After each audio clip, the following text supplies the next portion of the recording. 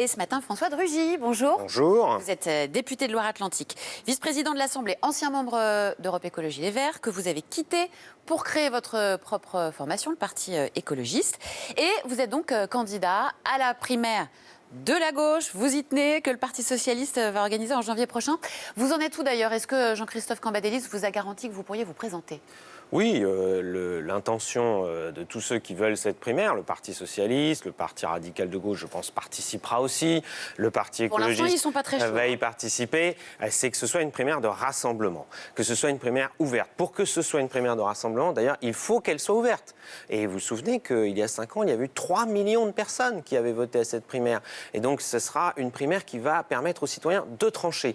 Quand j'entends les uns ou les autres, M. Hamon, M. Mélenchon, M. Montebourg, d'autres qui disent il faudrait faire une autre primaire, mais le cadre existe. Si demain, M. Mélenchon, Mme Duflot, M. Laurent du Parti communiste veulent venir dans cette primaire, ils pourraient le faire sans aucun problème. Mais vous savez pourquoi ils ne veulent pas? Parce qu'ils ne veulent pas être obligés de soutenir François Hollande si c'est François Hollande qui remporte la primaire. Oui, mais alors ça veut dire qu'ils ont peur du verdict des citoyens. Ils préfèrent se réunir à la fête de l'humanité, c'est très bien, mais il y avait combien de personnes dans la salle qui a applaudi M. Mélenchon? 1000, 2000, 3000 peut-être? Tant mieux. Mais 3 millions de votants à une primaire, ça a quand même plus de poids. C'est quand même ça qui doit être décisif. C'est le vote des citoyens. Je crois que la fête de l'humanité était sous le signe de « que demande le peuple ?»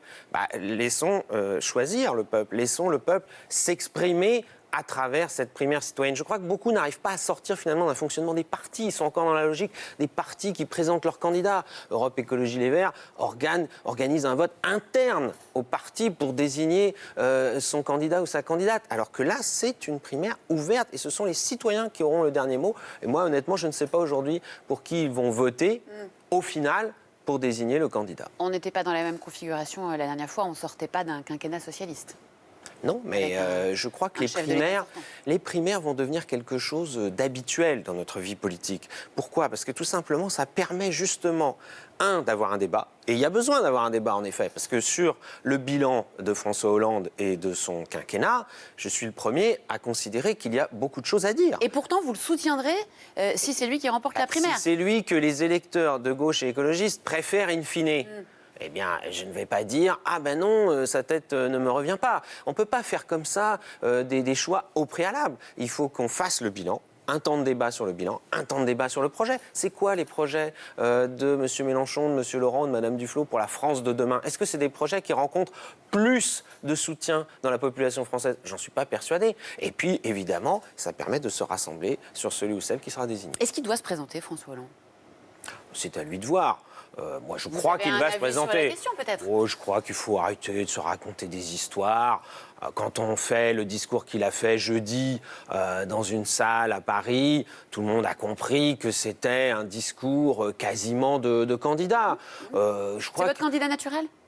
Moi, je pense que si on fait une primaire, c'est aussi parce qu'il n'y a pas de candidat naturel. Et je veux dire, tant mieux. Moi qui suis écologiste, je crois que la nature n'a pas grand-chose à voir là-dedans. Le naturel, en l'occurrence, ça n'existe pas en politique. Ce qui existe, c'est le choix majoritaire, le soutien des citoyens. Bon, pour l'instant, vous n'êtes pas très nombreux à avoir fait acte de candidature dans cette primaire. Vous savez, Arnaud Montebourg, il va s'y présenter. Là aussi, il faut arrêter de jouer sur les mots. Alors, on fait un peu semblant parce qu'on dit c'est un moyen de pression. Mais Arnaud Montebourg, c'est lui, d'ailleurs, un de ceux qui a amené la primaire il y a 5 ans en France, qui a poussé le Parti socialiste à organiser la primaire. Moi, je souhaiterais que M. Macron, par exemple, y participe aussi.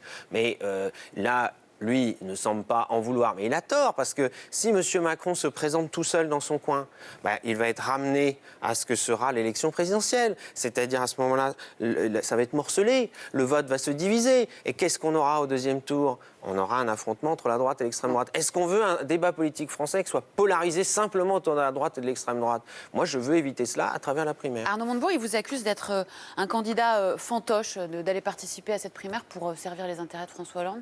Vous avez envie de lui répondre? Écoutez, moi, je suis un candidat écologiste. Alors je comprends que ça ne plaise pas à Arnaud Montebourg, parce que Arnaud Montebourg, depuis 5 ans, il ne cesse de de prendre des positions anti-écologistes. Il est à fond pour le nucléaire, il était pour qu'on fasse les gaz de schiste, comme M. Sarkozy d'ailleurs. Hein. Parce qu'on oublie de dire aussi qu'à droite, on pensait qu'il ne parlerait pas d'écologie. Ben si, ils en parlent, mais pour revenir en arrière. En tout cas, M. Sarkozy, lui, dans son livre, j'ai pris la peine de lire, c'est des retours en arrière. Je vous invite à regarder, si vous le souhaitez, en tout cas ceux qui nous regardent, les pages 102, 103 et 104, c'est que des retours en arrière en matière d'écologie. Le problème avec vous, chez les écologistes, c'est qu'il y a quasiment autant d'hommes et de femmes que de positions différentes. Si on prend par exemple Barbara Pompili et Jean-Vincent Placé, qui ont quitté, hein, comme vous, Europe Écologie Les Verts, qui sont aujourd'hui au gouvernement. Barbara Pompili, elle vous soutient dans la primaire, et Jean-Vincent Placé, oui. il et soutient Macos également. François Hollande. Vous comprenez que les gens aient un petit peu du mal à s'y retrouver quand même? Oui, mais la primaire, c'est un débat ouvert. C'est plus justement l'affaire des partis.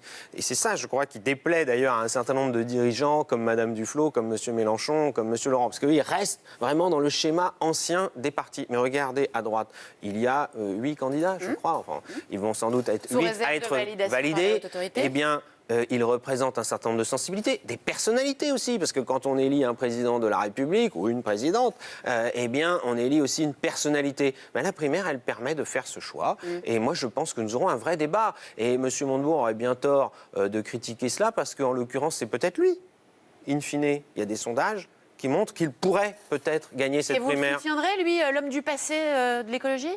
Moi, je garde le principe que ceux qui se présentent à la primaire, eh bien, ils respectent le résultat final. Moi, je le respecterai quel qu'il soit, et j'espère que les autres feraient pareil, y compris si c'était moi, par exemple. Vous parliez de Jean-Luc Mélenchon tout à l'heure. Il semble s'être converti à l'écologie. Il nous parle de son nouveau régime alimentaire. Il mange moins de viande. Il fait la promotion du quinoa. Ça vous fait rire ou ça vous énerve? Oui, ça me fait sourire parce que, vous voyez, moi, c'est ma maman qui m'a appris à manger de la quinoa, mais c'était il y a plus de 20 ans, 25 ans, parce qu'elle était férue de commerce équitable et déjà d'aliments biologiques. Bon, bah oui, c'est anecdotique, hein, c'est quand même pas ça qui fait un programme politique, tant mieux, mais... Non, mais bon, vous comprenez bien ce qu'il essaye de faire. Il essaye d'aller piocher peut-être chez vos électeurs. Oui, mais là aussi, il faut arrêter de mentir, il faut arrêter de faire semblant. Jean-Luc Mélenchon, il incarne, plutôt bien d'ailleurs, la gauche radicale, la gauche rouge vif même. Vraiment cette gauche très protestataire, très contestataire, qui dans le fond d'ailleurs n'a pas envie d'exercer la responsabilité. Et vous êtes la gauche quoi? Eh bien, moi, je suis la gauche écologiste.